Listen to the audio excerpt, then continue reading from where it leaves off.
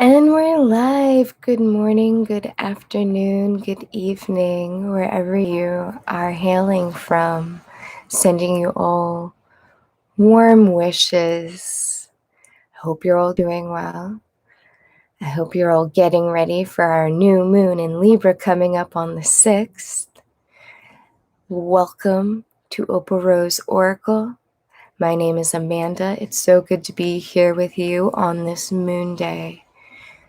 Welcome to our Moon Day Guided Meditation, a weekly meditation that we've been journeying with Amy Bammel Wilding in her book, Wild and Wise. These are meditations on the sacred feminine, tuning us into the wild wisdom of nature, our own vibrant spirits, and aligning us at this current now with the wheel of the year.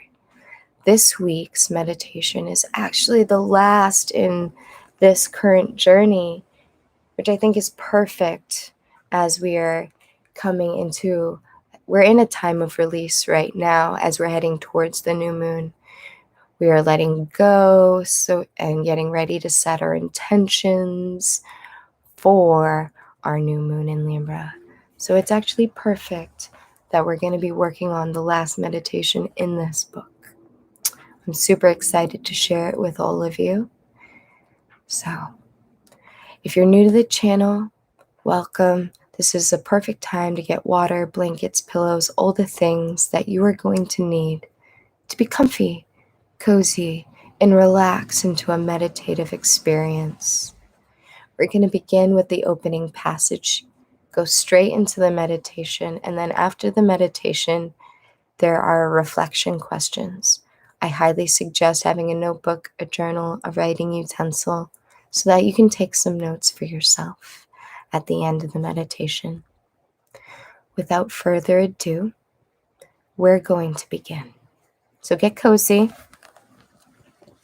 Let's take a nice grounding breath together, closing our eyes, in through the nose.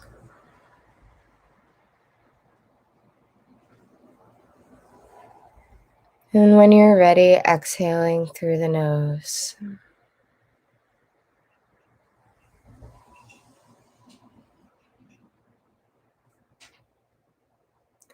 Breathing normally, we will begin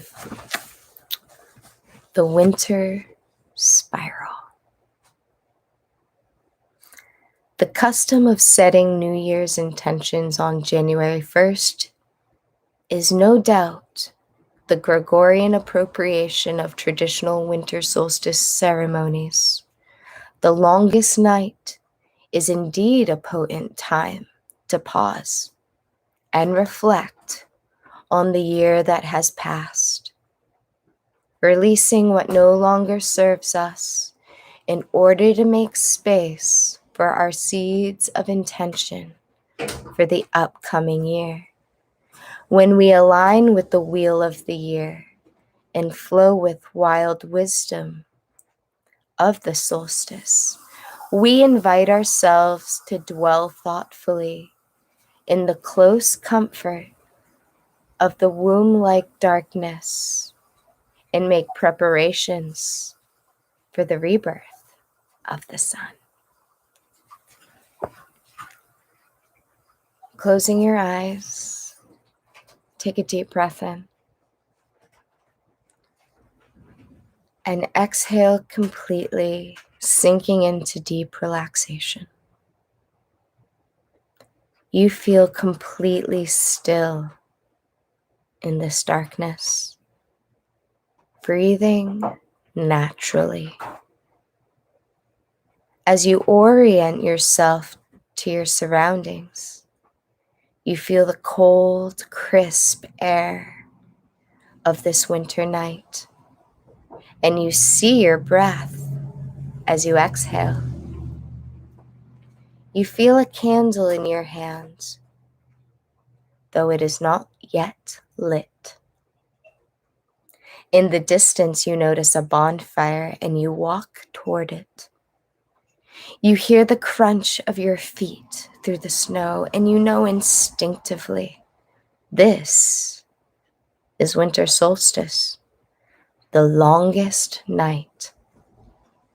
And as you approach the fire, you see that it is encircled by a beautiful evergreen bough spiral, adorned with 12 unlit luminarias, white candles set in simple paper bags from the center to the edge. You follow your heart's calling to step into the spiral and know that this walk through the spiral to the center fire is a time of reverent reflection, a time to pause and look back upon the year that is now coming to an end. As you take a deep breath in, you see the first luminaria candle, which represents this past January, is suddenly lit, as if by magic. You step into the spiral and gaze into the soft light of the first candle. You step into the spiral and remember back to the first month of the year. What stands out as most memorable? Is there a word that best encapsulates the energy and feelings of January? Is there anything you'd like to tuck away and hold on to from January? When you feel complete in your reflection of January, the next luminaria begins to glow. You walk further into the spiral until you are standing before the second candle and reflect upon the month of February. What memories are most vivid? Is there a word that best encapsulates the energy and feelings of February? What lessons from February will you hold on to? When you feel complete in your reflection of February, the next luminaria begins to glow. You walk further into the spiral until you are standing before the third candle and reflect upon the month of March. What stands out as most memorable?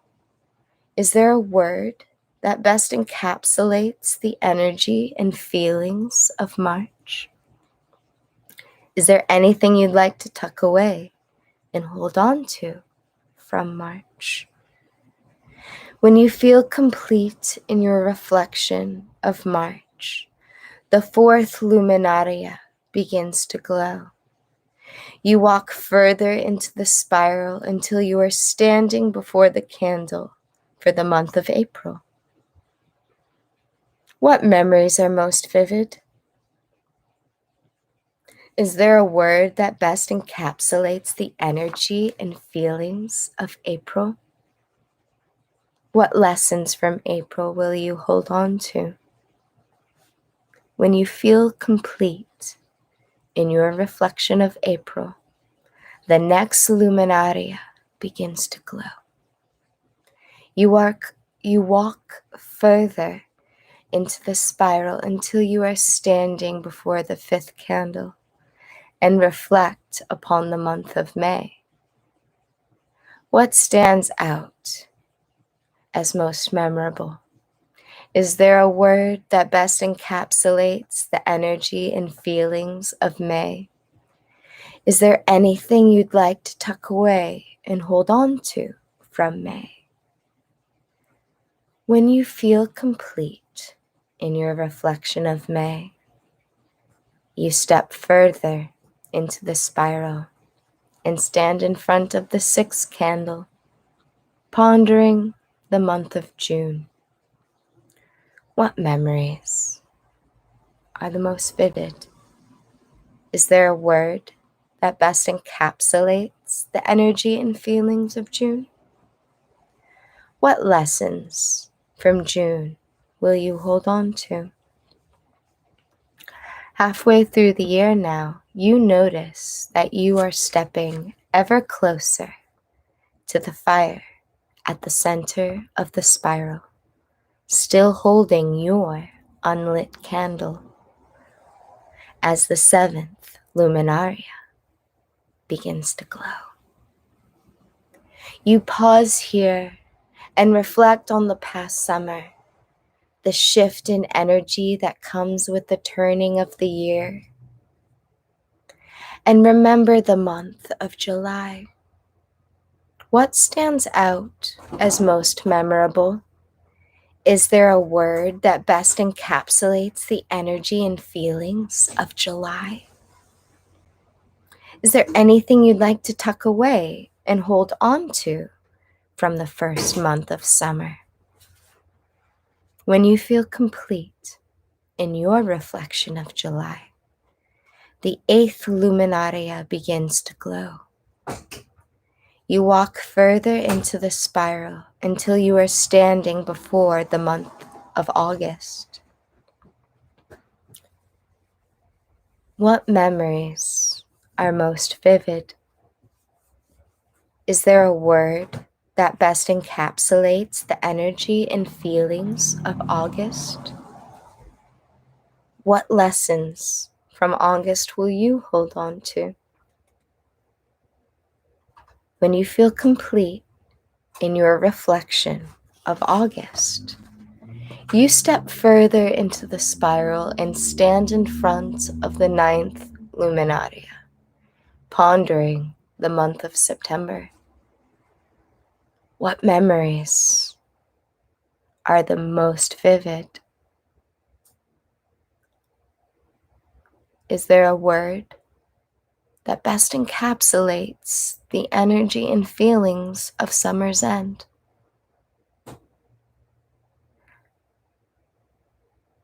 What lessons from September will you hold on to? When you feel complete in your reflection of September, you step further into the spiral and notice you are nearing the center fire, and there are only 3 luminarias ahead. The 10th luminaria begins to glow, inviting you to reflect upon the month of October. What memories are the most vivid? Is there a word that best encapsulates the energy and feelings of this shift into fall? What lessons from October will you hold on to? When you feel complete in your reflection of October, the 11th luminaria only steps from the center fire begins to glow. You walk further into the spiral until you are standing before the luminaria for the month of November. What memories are most vivid? Is there a word that best encapsulates the energy and feelings of November? What lessons from November will you hold on to? When you feel complete in your reflection of November, the 12th and final luminaria begins to glow. You step to the center of the spiral until you are standing before the luminaria for the month of December, with the bonfire just before you. What memories are most vivid from this final month of the year? Is there a word that best encapsulates the energy and feelings of December? What lessons or accomplishments from December will you hold on to? With a deep inhale and exhale, you offer your gratitude for the memories, accomplishments, and lessons of this year. You stand for a moment and observe the stunning beauty of the fire in front of you and the evergreen spiral that surrounds you. Your heart fills at the sight of the 12 luminarias, now aglow with your memories and wisdom. Your focus returns to the fire that you now stand before, and you shift your thoughts toward the year ahead. With the completion of this year now sealed by your spiral walk, you know that it is time to begin to plant your seeds of intention for the coming year. You look deep within yourself, finding that your spirit knows exactly which seeds to plant. You reach down and light the candle that you've held during this journey, feeling the warmth of the bonfire, and know that this warmth will sustain your fragile seeds through the dormancy of winter. You hold this candle with both hands now, the flame in front of your heart, and your words or phrase for the coming year arises naturally from your spirit. This word, this phrase will be the mantra that you return to, your anchor point that will allow your seeds of intention to take root and bloom in their full radiance in the year ahead. You repeat your mantra, saying it out loud into the dark night, and feel it resonate perfectly in your body and soul.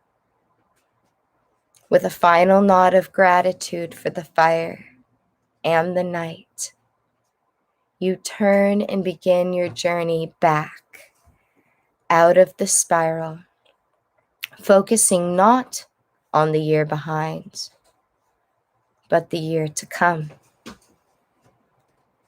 When you have reached the end of the spiral, you take one final breath in, and as you exhale, you begin your journey back into your body. With gentle ease, you begin to move slowly, finding your way back to this time and place. When you are ready, open your eyes. Welcome back. Take a nice deep breath in, exhaling.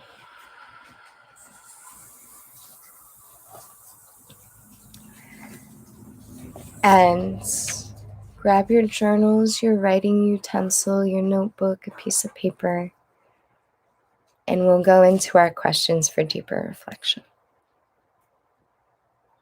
I will repeat these twice. What cultural messages have you internalized about the ending of the year? What cultural messages have you internalized about the ending of the year? In what ways are you currently preventing yourself from experiencing the cyclical nature of time. In what ways are you currently preventing yourself from experiencing the cyclical nature of time? What would it feel like to give yourself permission to pause and release at the turn of each year? What would it feel like to give yourself permission to pause and release at the turn of each year? Thank you all for meditating with me today and for the last few months.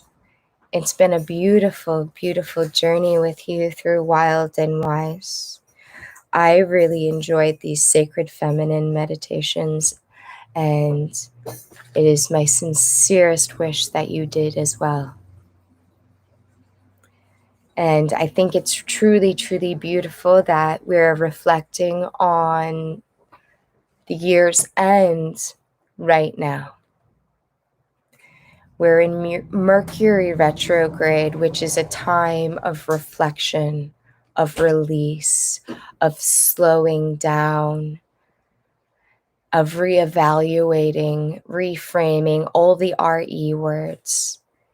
And coupled with that, with the phase of the moon that we're in, we're waxing away towards the new moon, which is October 6th, our new moon in Libra, where we will be setting intentions for the next moon cycle. The new moon in Libra leading into our full Aries moon, which is the lunar New Year. Aries being the first sign in the zodiac, it is the first full moon of the lunar calendar, which we as feminines follow energetically, physically.